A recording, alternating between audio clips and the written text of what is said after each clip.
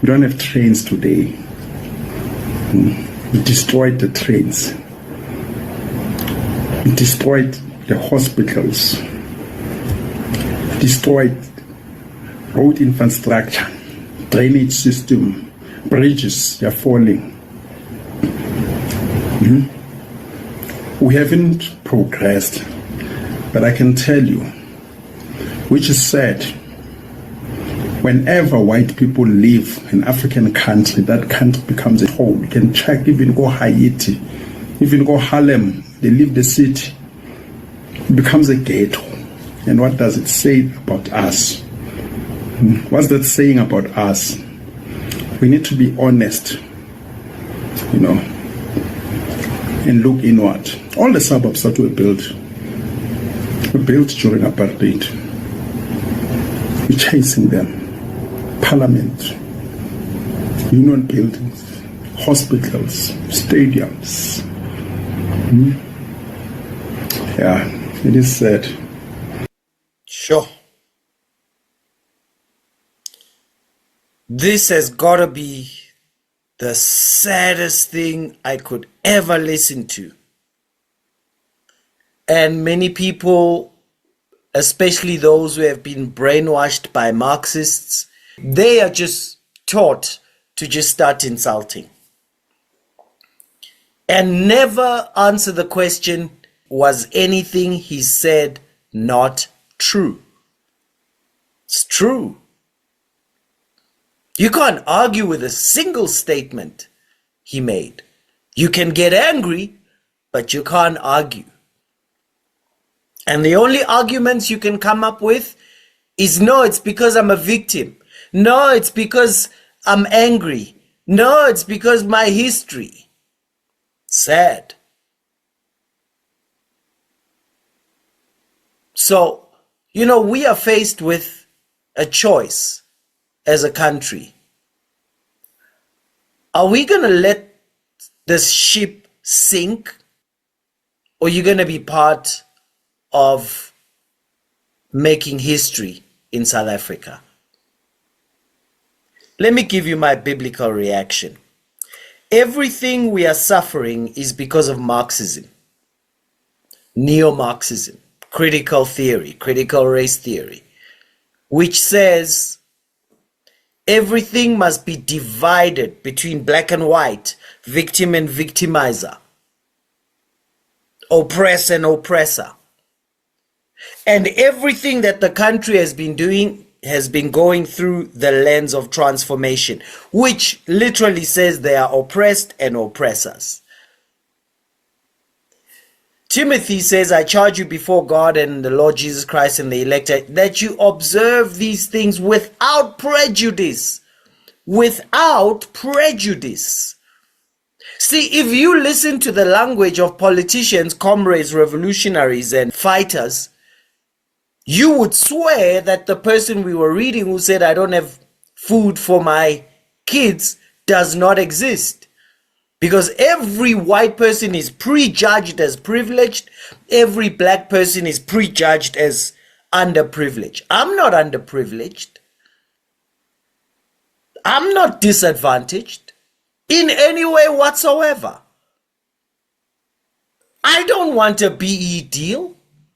I will not be applying for the Transformation Fund. I don't want funding from government. Not only do I not want it, I find it insulting. I'm not disadvantaged. Don't you ever prejudge me because of what color my skin is. I'm super advantaged. I'm ultra advantaged. Oh, it's because you grew up with a silver spoon in your mouth. See, the revolutionaries, the fighters, the comrades have so brainwashed our people that if you hear a black person talking like this, you think they got something. No. I got something here. But he says, doing nothing with partiality. South Africa is on the verge of repeating the story we've seen up there, to where all the chiefs of victims, kings of angry infants, are busy now trying to tell us Traore is a super wonderful thing to look up to. How low can your standards get? How pitiful can your vision be? And of course, most of it is built on ignorance. And of course, there are some good things happening, but that thing's going to end in tears if you know anything about how economics work. And besides it going to end in tears, and of course, you are pre-programmed by the Pan-Africanists to say it will be the CIA. No, it's just whatever's happening, there is a mess going somewhere to happen. It never works like that. It's never worked like that in history. So we have a choice as South Africa. I think I want to just make 10 statements and I'm out. It's not justice if your fairness depends on your feelings. Treating people differently because of history is not justice. It's just dressed up bitterness. If your justice picks sides, it's not justice. It's just politics in drag. Equality before the law is biblical. But envy dressed as policy is devilish, it's ungodly, it's wicked. This transformation thing is not about lifting people up. It's just twisting and swapping, switching who gets pushed down this time. So revolutionaries have been lying to people because they turn grown citizens into perpetual victims. This is not justice. This is not redress. It's emotional daycare. It's psychological, political crutch. So, dear South Africa, anger is not a strategy. Envy is not economics. And victimhood is not leadership. So, here's what we have. On this video, we spoke about the two types of parties we have in the country: builders and venters.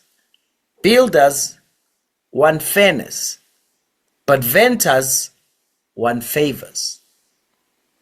And they wrap it up in righteous language. So, using historical guilt as a policy crutch breeds dependency. And in the end, it leads to famines, not godly justice or real solutions. So, for those of you who think you can still play this black-white, blah, blah, and divide the country up, black-white, and then sometimes, and I guess they say Indian and colored fits within black, blacks in general and Africans in particular. Why do they do that? Because it's Marxism. They have to divide into two. Even when there's four. They're blacks, whites, colored, Indians. Those are the major groups in the country. They've got to say blacks in general and Africans in particular, so that coloreds and Indians are just used as non-human fodder to push a Marxist agenda. So if you're going to keep going with this black-white Marxism, critical thing that you get from Pan-Africanists, from comrades, from revolutionaries, here's what happens. And you think in the end, somehow, one can suffer without the other. Don't bother looking for your own elevator, because we all either ride up together or we crash in the basement together. We are in one lift. If you look at the history and the time of South Africa is not a black country. And if you insist that it is, well, let's repeat what all those SH star THOLE countries have accomplished after their independence. But to believers, this is what I'm going to say. No man can serve two masters. He'll either love one or hate the other, or he'll hate the other and disrespect the other. You cannot serve God and Karl Marx. So, thank you very much.